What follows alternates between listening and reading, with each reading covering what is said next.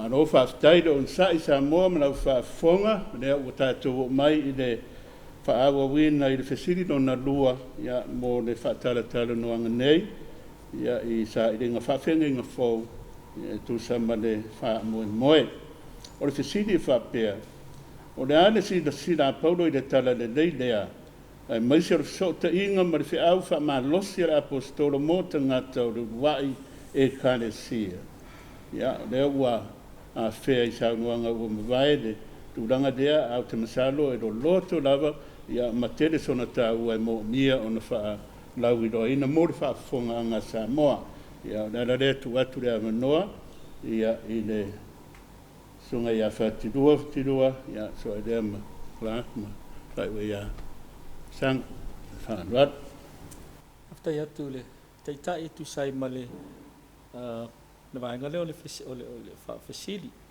mana tu le na amata tu se fa matalana ana leilai le e tu sai male fa ngai nei paulo le ole tala le lei ole ele meni le ile tala le lei la to ile upula va tala le lei e pe e so na tu langa e mafai ona fai suinga ia tala fea ngai ma le sia manga o le taimi o anga matu o le winga le fa matalanga ona pe sa se me sa amata mai tua I le fenga tuai fa solo mai ai le fa nga ina e Roma fa solo mai ai le fa nga ina le anga fisota I tangata ao te tonu la o le tilo paulo I tūlanga ona o le tele o tusi e paulo e tusi ona o me o mafua wa iai me o tutupu tono le kalesia o afuanga ia e tau mawhai ei paulo e wha afisota e le tūlanga o le talele ma wha afitauli ua tutupu mai pa te tainga lai pe whai o le nei lava o le tusi a koinito mua e pe o lo iai wha afitauli ua tutupu le vao o le au whai ngaruenga o whai mwhese inga le vao tangata lotu ia fa solo mai ai ia mio e te tau ai le vao ngā nii o le vao le wha amasinonga ma le lotu ia o lava I tūlanga o anga te tau ai le tangata o le winga lana wha mantalanga o le tala le lei le va ai lava paulo o le mea whatino o le mea e tausia le tangata e le ngata o le tala o le wha o le tanga tātou te tala no le wha o le tanga e ala mai a Yesu Keriso ma le lo futu no le tua a le va ai paulo ona la o paulo e peisia I o le na te toso mai le tūlanga o le wha o le tanga I le meo lo soifu ai tangata le vafea ngai o leisi ma leisi le vafea ngai o le tangata ma si o manga o le vafea ngai o le tangata ma le atua o inana o le winga le na o le tala le lei a paulo o le me foi nai fa ngai paulo le upu tala le lei fa so tai ma sa tauro gospel of the cross o le tala le lei e winga le sa tauro ona e lo I e paulo le me o la soifu ai tangata le taimi la o le mamalu o le fa aiaina ai lo I e paulo e no fo polo lu I le sa tau o le mea matanga o le mea e pe foringa o se masi yasi le vai tangata e foringa mai o se mea e tulou lava o se mea valea le vai tangata a o le tamai le o le atua o le malosi le I le vai polo le tala le leila le na e mafai e ona sui mea vai fai me malosi sui mea malosi e ave me vai le tala le leina le o te tali tono ia I la fai tau e pe foringa mai o le mea na le lu ia e paulo se inga ma mei fa fitau dia se lo tupu mai tonu e kalesia a le mena le e loto le aunga ia mo nga tonu ia le vai le apostol a le metaua ina I mafai ona mo le mau poponga o le mau poponga le nai tupu ai le tala le lei e tupu ai le fa tala le leina o isi tangata ne lavana nau ai o I Roma I lana tusi I Roma o le tau mafai lea ina ia o le tulu inga o le lalolangi a tonu sai se ma fa la pistol a o le tulu inga o le lalolangi ia pe foringa mai o ina le unga o le taimi le te no le eschatological pe fa pita fa pena se vai ale apostol ia pita o le titolo la vala tau ia pe o le na o le fatinonga le tau singa o le vafe ngai o le simalesi vafe ngai o le tangata ma si mang e me so le tua o se tau fa amatalanga le so ta vai nga so ngai tai fa tai o e le sau no ma ro fa tai sa no le o va mai de I o ngā tutonu lava I le manatu a Paulo le tawhatonu leo le. O te whaingoa ea o le tawhatonu le ola. Le wawhenga I o le tangata ma le atua, le wawhenga I ma le isi uso a tangata. Ia ma le whawhenga I ai ma mea uma o le si o manga o ngā tutonu o keriso. Le tala le dei le whapea o na mo o mia o na whaatala le dei mai nai mea uma. Mea e o na maalia le sa unwa. Ia la so ni atu ia Clark mo le isi fo I tu e au tiro ai tutonu o le fesidi le vadea. Ia e tu sama o ngā ra apostolo Paulo.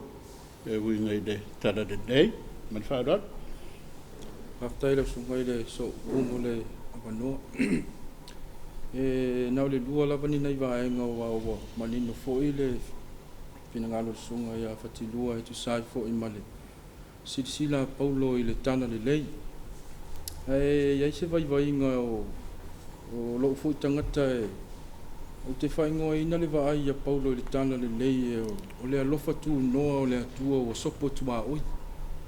Ona e fōlinga mai le toi le whamatala ina e Paulo o le tana le lei fua I tusi o lo I luma atu po tusi o le lau whai evangelia. E peo leo o tau mawhai a Paulo e tatala tua oi I le vā o le tane ma le a vā o le vā o le e leni ma le iutaia. E peo le tana le leire na ia Paulo ia malona fina ngalo. Ina ia leto ia se whailonga lanu. Ina ia ave sea le manatu whaapito le tangata iutaia. Ua na o lato lava e tatau ia I le whao le tanga ma le mesia lea e tala noa ina I le whianga inga fau. E sau no fo ilau sunga so upultu langa lea I le tusi o le evangelia luka ma le amatanga ia a tamu o le ngafa I le amatanga. Ia o le fui manino sa I ngā nisi e te le a whianga o Paulo I le fina ngalo luka la tō wono la malanga lea I le malanga mua Paulo le na ngā ia inu ese. E pe o ina na fatu mai ai langona o luka I le fina ngalo tatala ma le ava no tutusa ua au mai le atua e ala ia Yesu ke viso. Ina ia talia o mai e tangata uma le whao le tanga. Ai asisila fo ia Paulo I lona fo I tūlanga sai ai. O lai tala noa mai o le tangata e o le toto uli o le tūla fono iutaia. E manino umai vala taitasi sa fai ma papui pui e le ma fai ai ona fesopua I le tangata o nu ese. Ma le tangata iutaia ina ia avea ma tangata kerisiano. E peilai fo linga mai lau wa ai. O le tala le leile ia Paulo. O le alofa tu noa o le atua wa sopo tua oi. Ina ia mawhai ai e tulu inga e pe ona sau noa ia sunga e whatiru. E tulu inga o le lalolangi. Ia ona lato talia lea tana le lei ma lea whao la tanga. Ia Yesu ke viso. E pe o sau lea whaasoa o sau fo lea sau lea manatu. Ia winga I le vaai a Paulo lato ia I le tana le lei. Ia malana fe au wha malosi ia I le ulua ia kālesia e piona iai. Ia e whaftai tele mo lo ua wanoa. Lo whaftai. Ua ma rea fo sau noanga ua ta ua I le sopo tua o idea. E a rea fo manino lau sau noanga e le o whina ngaro Paulo o le sosofa I lalo tua o I awa I le mwhena a vese tane ma whine le mai fo ina a vese fa whine ma tane. A le winga o le sopo tua o I fo I le ia ola whaatasi whiaro whani ia ma whai le alofa o le atua u whaaria ia Yesu. Ia maona ai I le ato toa o mea uma. Ma no whaftai, ma tango whir whasoa, ia e tu watu rea wanoa I le sura ia sanga, ia mo sana whaapōpu fo I le nei whesiri, tā ua. Ia, ma no whaftai, manatu o le vaenga le ua whamawhaina fo I saunoanga le auso o le wāwhi so tai. Ua me monia ale ai le vale, ele isi tala le lei. E mawhai ona o whaopopo atu ai le tūlanga lea o le utantu tala noa I le wāwhi so tai o tangata. Le au whainga luenga, le au apostolo, ma tangata o le ekalesi. Ai mawhai ona o tātou to e tala I tua le mea lea, I le pōngai lava o le wāwhi so tai lea. O le wāwhi so tai o le atua mona tangata. Le e tala noa mai e le tustala o le whai evangelia Ioane. Mai le amatanga sa i le upu lea sa whaatino ai ua. So tai mai o le amtanga le tuspai le tala kenese le fofoanga. Le lau whaonga mai ina ua liu tino tangata le upu lea. Maua I lor whao le tanga mo tangata. Ia pe ona whaonga ina mai le apostolo Paulo. Ia mai se foi o tusinga uma le au iu tai o lo iai o le tusio whaalinga. Ia o wha mausali a antili ai le whaafiso tai le o tangata mai le amatanga a ua whaaleanga ina o na leanga sala le tangata. Le na toi a fio mai lava le si tangata o Yesu Keriso. E toi whaale lei le vaa lea. Ia ma wha mausali ai loi o le tusio whaalinga. Ina ua toi mafuta whaatasi le tua malona tangata.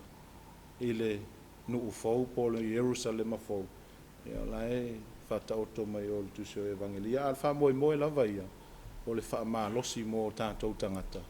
E pei o na tauti ngā i le ngā luenga. Ina ia awane ia i se lapelapea o le ngā luenga. O ani wha whita au le tūla i mai.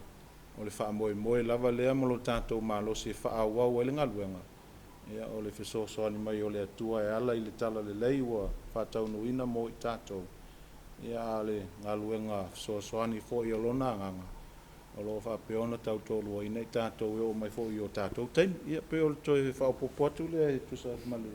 Ma no whaftai. Na tu whafonga Samoa wa le se wala o le whesidi le e de i papa i aisa unoanga. Ia ma ua mātango fia fo i de tūranga o le whawhengai, ma le whawhengai maisi, ia ai me se fo i de unoanga de usonei de sopol tua oi ina i whapeo na whaatino ia mea uma. Ia leo ua mātango fia de sa unoanga e tu whaatasi ai de tūranga de tu samare maua paulo.